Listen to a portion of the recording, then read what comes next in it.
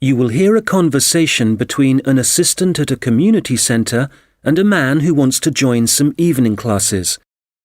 First, you have some time to look at questions 1 to 6.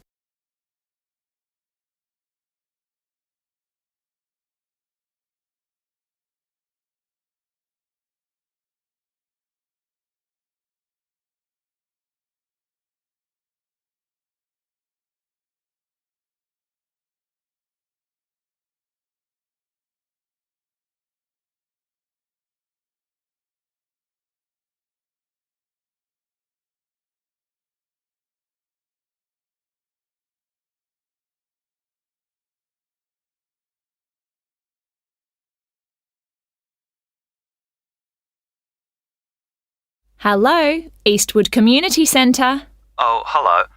My name's Andrew Dyson. I'm calling about the evening classes you offer. OK, Mr Dyson.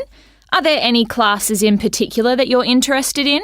Yes, you've got a class called Painting with Watercolours, I believe. That's right. It's a popular class, so this term it'll be moving to the hall, so they've got more room. Right. I know it's on Tuesdays, but what time exactly?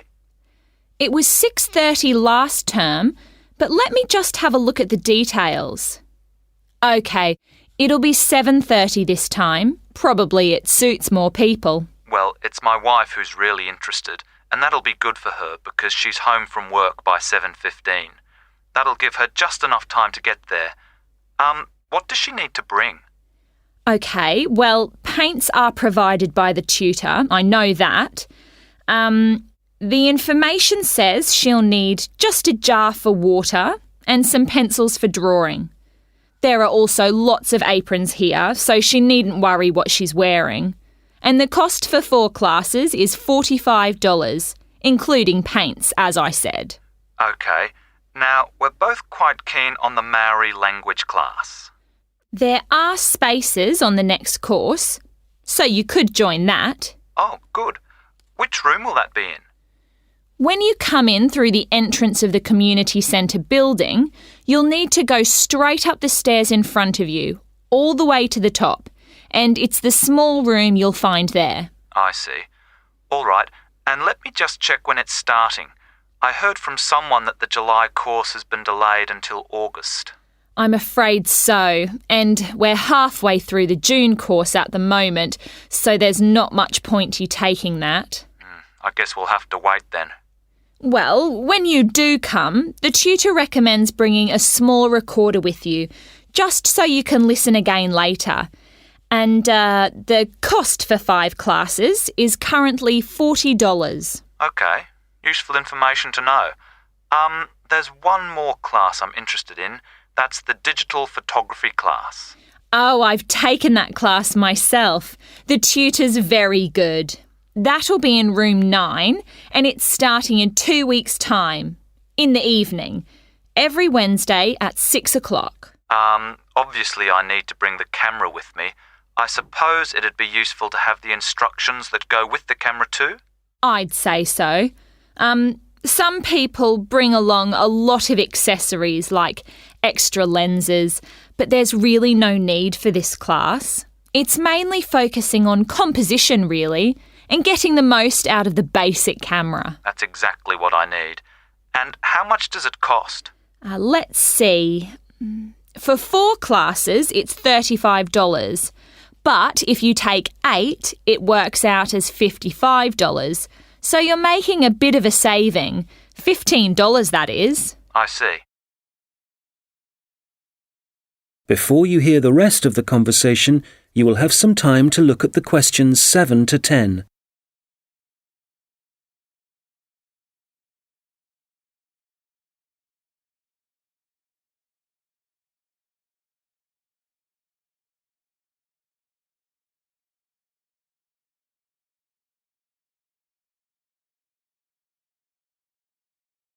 Now listen and answer questions 7 to 10. OK, now just another question for the watercolours class. I've just remembered that my wife asked me to find out about the level. Who's it for? OK, well, you don't have to be very skilled or anything like that. It's designed for beginners, actually. People who might see art as a hobby rather than as a professional opportunity. That sounds like my wife. And, who do I talk to if I want to find out some more about the Maori language classes? Probably best to talk to the tutor directly. He'll be in the office in about half an hour. His name's Jason Kuai. That's Kahui. Good. I'll give him a call. Oh, if you do decide to come to the photography class, don't forget to look at your camera battery and make sure it's charged. I know it sounds obvious, but I've seen a few people suddenly find the cameras stopped working right in the middle of class. Yes, I can imagine it'd be easy to forget that. Oh, that reminds me. In the final week of the photography course, is it right that there's a visit to a show in the local area? I work in the city, you see, so I might have to come home early for that one. Yes, they'll decide the date once the class has started. Is there anything else I can... That is the end of section 1. You now have half a minute to check your answers.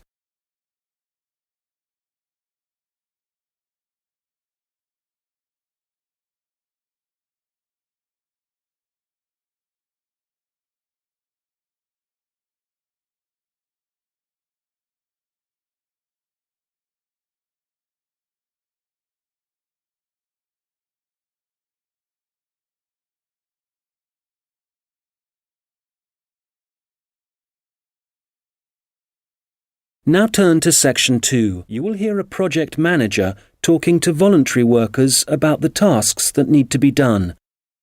First, you have some time to look at questions 11 to 14.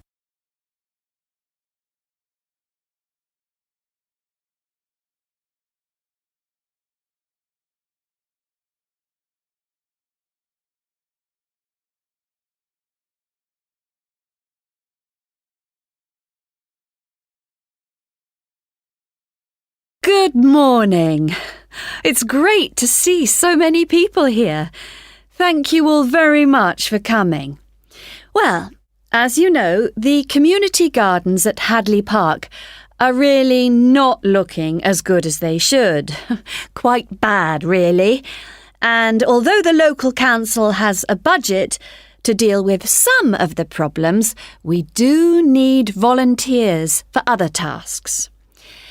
If you don't mind, I'm going to divide you into 2 groups. So everyone on this side of the room is Group A, and the rest of you are Group B. So, Group A, there are a couple of things we'd like you to help with.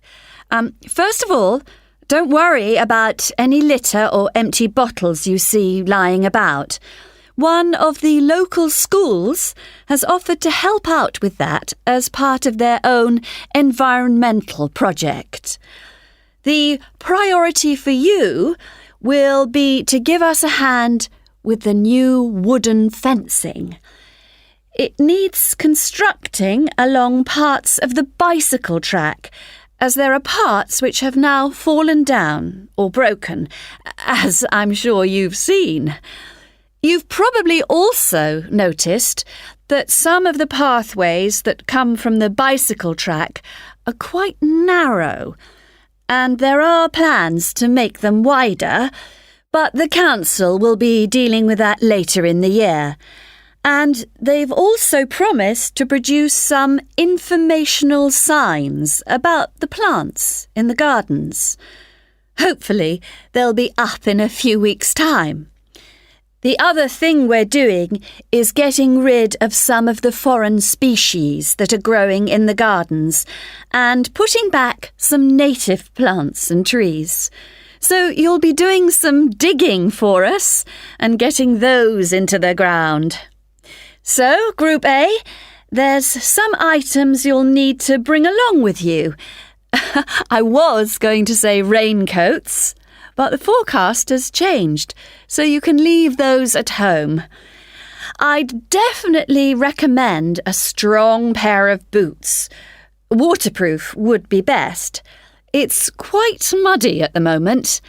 And your own gloves would also be advisable. Tools will be available, spades and hammers, that kind of thing. You just need to make sure they go back in the trucks. And, there's no need to worry about food and drink, as we'll be supplying sandwiches and coffee, possibly some biscuits even. Before you hear the rest of the conversation, you will have some time to look at the questions 15 to 20.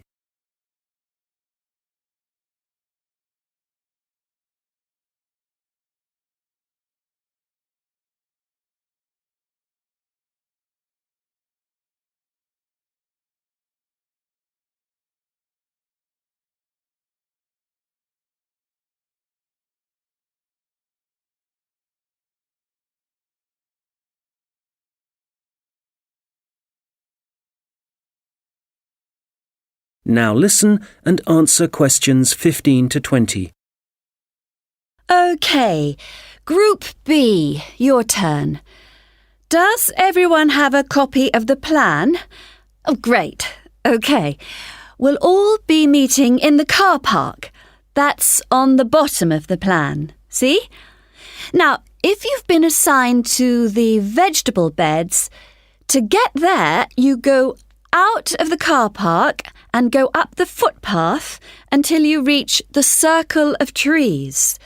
There they are, in the middle of the plan. And you see that the footpath goes all the way around them. Well, on the left-hand side of that circular footpath, there's a short track which takes you directly to the vegetable beds. You can see a bamboo fence marked just above them. All right?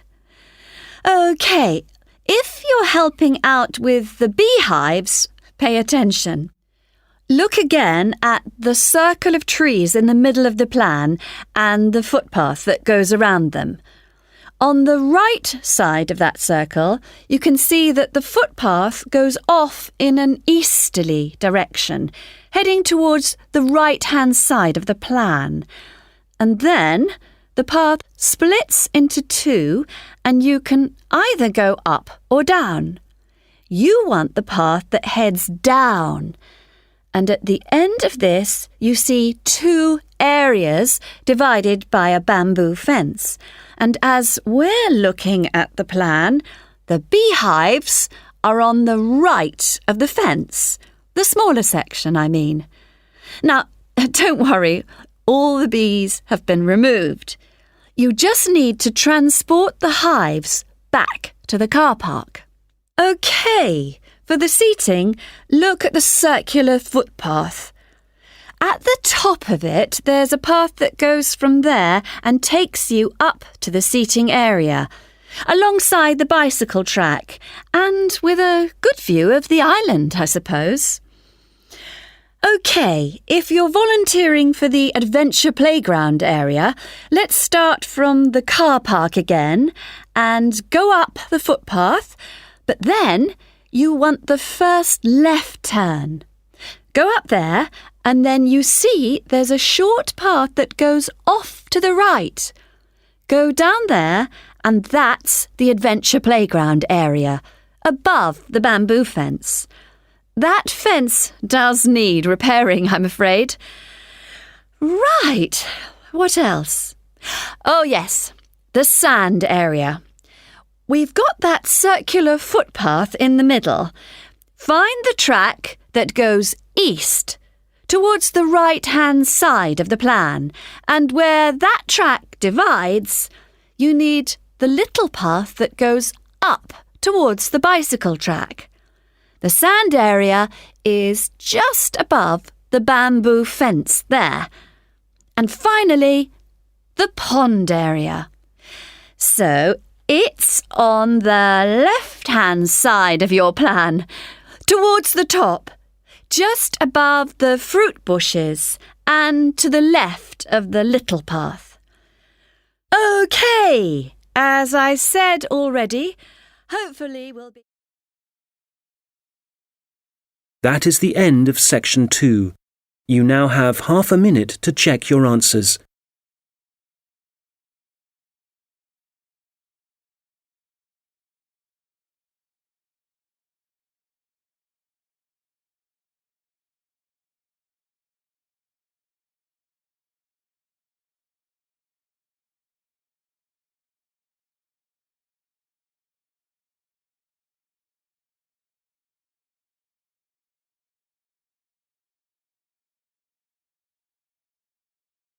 Now turn to section 3. Hi, Robert.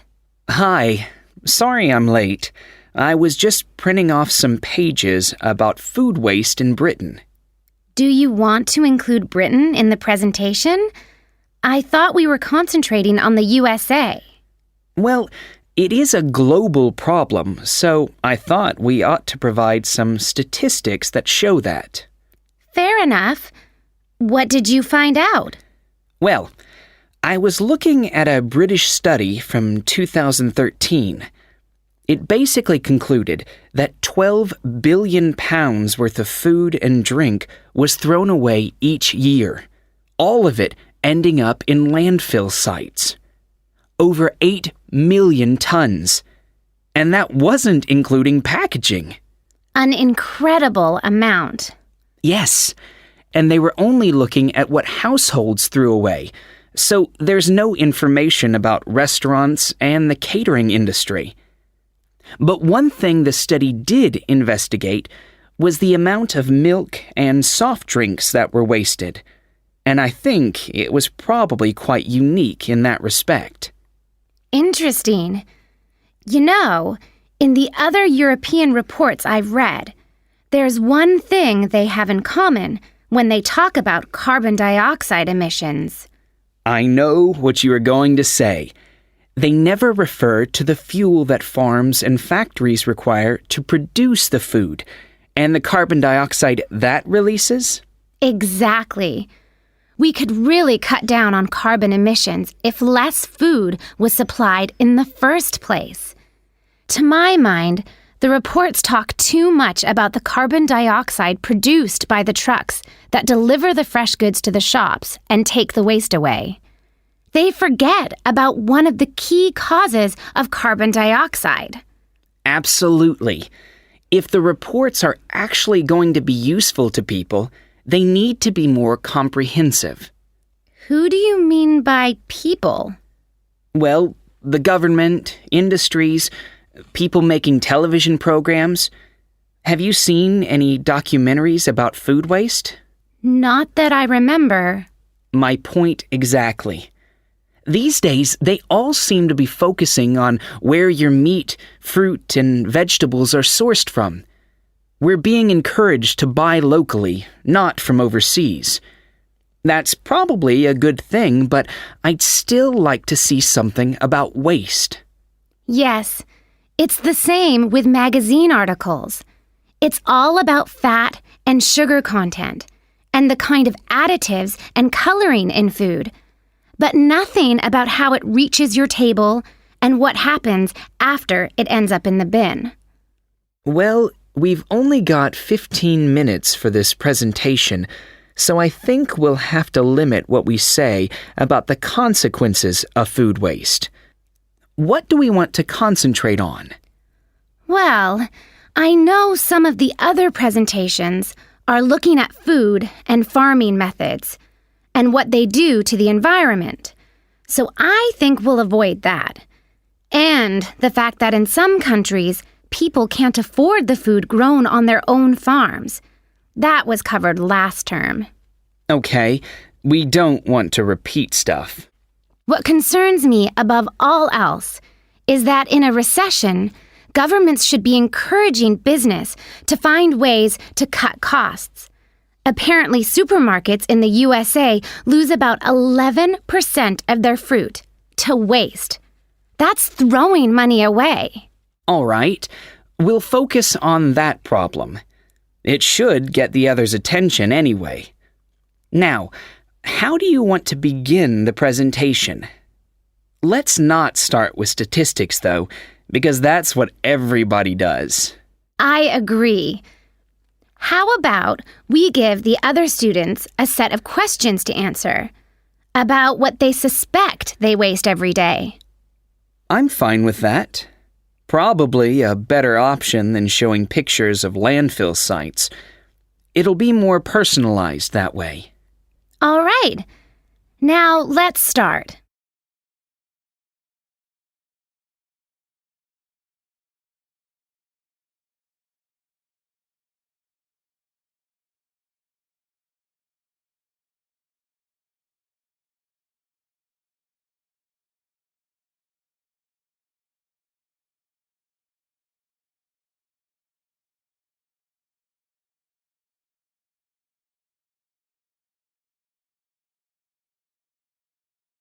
Now listen and answer questions 26 to 30. Okay, shall we now have a look at the projects that different researchers and organizations are working on? For me, the project I really liked was the one at Tufts University. You know, where they've invented tiny edible patches to stick on fresh foods that show you what level of bacteria is present, and so whether you can still eat it.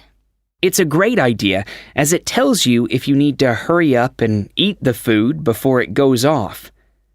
The other good thing about the patches is that apparently they'll be cheap to manufacture. Good. Then the other thing I thought was great was the Massachusetts Institute of Technology project. I hadn't seen that.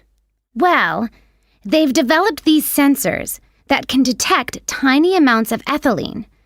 Ethylene is the natural plant hormone in fruit that makes them turn ripe, apparently. The researchers think that they can attach the sensors to cardboard boxes, and then supermarkets can scan the sensors with a portable device to see how ripe the fruit inside is. That's got to be a quicker way to check for ripeness than taking each box off the shelf and opening it. Definitely. And I thought that Lean Path was worth mentioning too. Their waste tracking technology means that caterers can see how much food is being wasted and why. That'll increase profits for them eventually. Yes. And did you read about 0%? They've produced this smartphone application that allows restaurants to send donation alerts to food charities. The charities can then pick up the unwanted food and distribute it to people in need. In the long run, that'll definitely benefit poorer families in the neighborhood. No kid should go to school hungry. I agree. And I read that quite a few local governments in the USA are thinking about introducing compulsory composting in their states. So you can't put any food waste into your rubbish bins, just the compost bin. Well, I guess that means a bit more work for people. I mean, they have to separate the organic and inorganic waste themselves before they take it out to the compost bin, and you know how lazy some people are. But I guess if we all start composting, we'd be doing something positive about the problem of food waste ourselves, rather than relying on the government to sort it out. Having said that, not everyone has a garden, so I guess... That is the end of section 3. You now have half a minute to check your answers.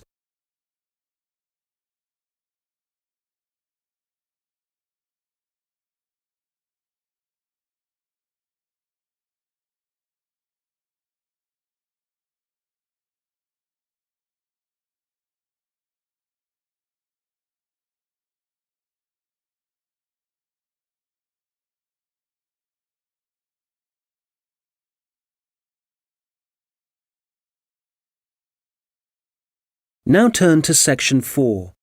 Now listen carefully and answer questions 31 to 40. Well, good morning, everyone. As you know, we've been looking at different kinds of art and craft that were practiced by the Maori people of New Zealand, at least before the Europeans began to arrive in the 18th century. So, the focus of this lecture is kite making, how the kites were made, their appearance, and the purposes they served. Well, let's start with the way they were made. As with other Maori artistic traditions, kite making involved certain rituals. So, firstly, only priests were allowed to fly and handle the largest, most sacred kites. There were rules too, for the size and scale of the kites that the priests had to follow, and during the preparation of both small and large kites, food was strictly forbidden. In terms of appearance, kites were frequently designed in the image of a native bird, or a Maori god, and sometimes, perhaps less often, a well-known hero. You can imagine that when Maori first arrived in the new country, in New Zealand, it may have taken some time to find suitable materials for their kites. But, through trial and error no doubt, they found plants and trees that provided bark and even roots that they could use to make the frames and wings of their kites. And after the frame had been constructed, the kite then had to be decorated. For this, the priests used long grasses, and these, when the kite was in the air, would stream along behind it. They also used a variety of feathers to add colour to their creations. Well, all this meant it was easy to see a kite in the sky, but you could also hear Maori kites. They could be quite noisy indeed, and this was because some priests liked to hang a long row of shells from the kite. You can imagine how they'd rattle and clatter in the wind, how they might completely capture your attention. As I said before, the most common image was probably a bird, and that's the same for other kite-making cultures. But the kites were designed in particular shapes. So, there were kites that were triangular, rectangular, and also shaped like a diamond. And some of them were so large it would actually require several men to operate them. Some of the kites were also covered in patterns, and to make these patterns, the Maori used different pigments of red and black, and these were either made from a charcoal base or from red-brown clay which had been combined with oil obtained from a local species of shark. Now, before I forget, if you have a chance, do visit the Auckland Museum, because they have the last surviving Birdman Kite on display. This is the kind of kite that has a wooden mask at the top of the frame. It's a mask of a human head, and you can clearly see it has a tattoo and also a set of teeth. Quite impressive, and a good example of Maori craftsmanship and symbolism. Right, turning to the purpose and function of the kites. They certainly had multiple uses. Primarily, the flying of kites was a way of communicating with the gods, and when the kites rose into the air, the Maori used them to deliver messages, perhaps requesting a good harvest, good fortune in war, a successful hunting expedition. So these kites were incredibly valuable to a community, treasured objects that one generation would pass to the next. People would also fly kites for other reasons. For example, to attract the attention of a neighbouring village. This was done when a meeting was required between Maori elders, a convenient method indeed.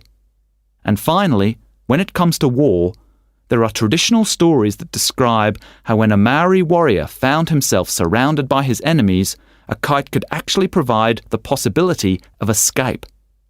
The kites were powerful enough to take a man up into the air, and for this reason, they could also be used to lower him into enemy fortifications so that an attack could begin from the inside.